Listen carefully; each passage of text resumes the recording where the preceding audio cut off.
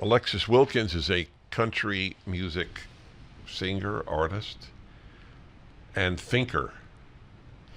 How's that? I like it. And she is one of the latest, if not the latest, presenter at Prager. So we're discussing her generation and her experience at a Christian college in Tennessee. Now, if I told any of you that somebody is attending a Christian college in Tennessee, you would bet that they were getting traditional Christian, Judeo-Christian, religious, Bible-based values. And here we are, you are in a minority with your traditional values. Mm-hmm. Is that correct? It is. So the way I put it is a lot of churches and synagogues have the symbols of their faith, but not the values of their faith.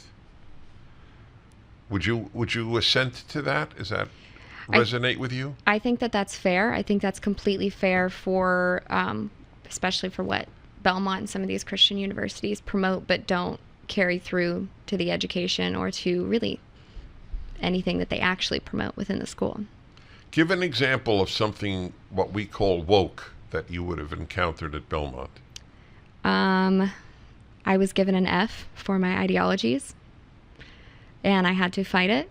And I speak about it in the in my Stories of Us video, if you've seen it. But it was a comparative politics class, and you should all watch it.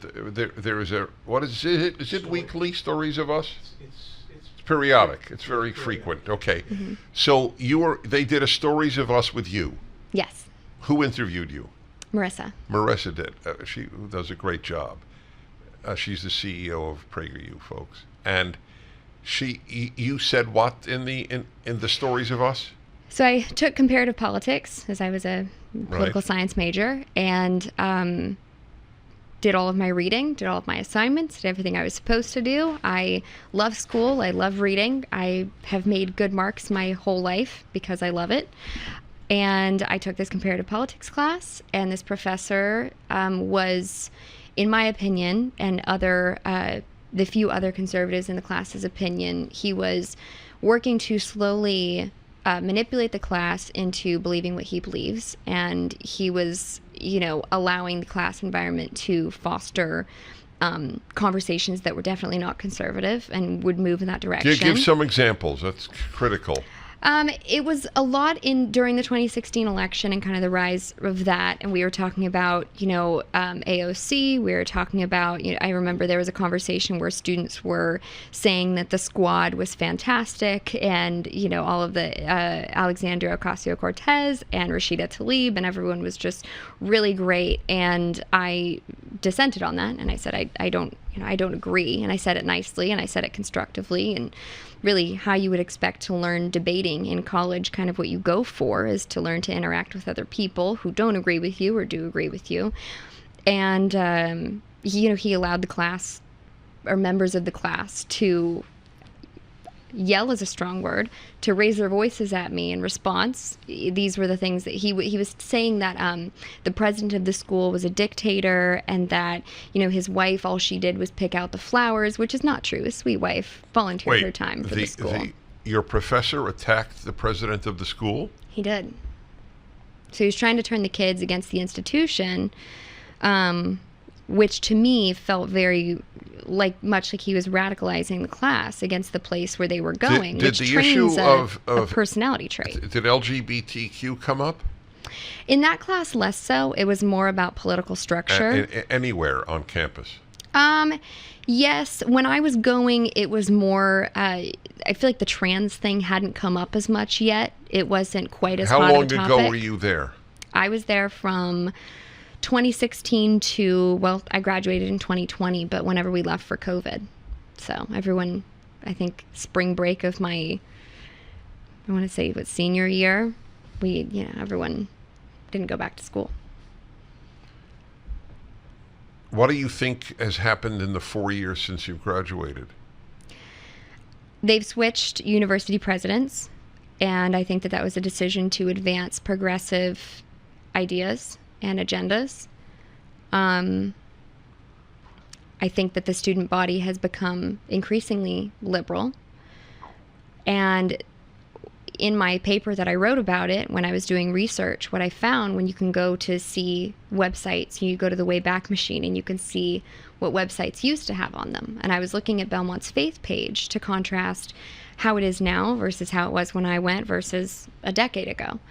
And besides what the website looked like, the only thing in the verbiage on how it's changed is they're slowly stripping faith from the verbiage.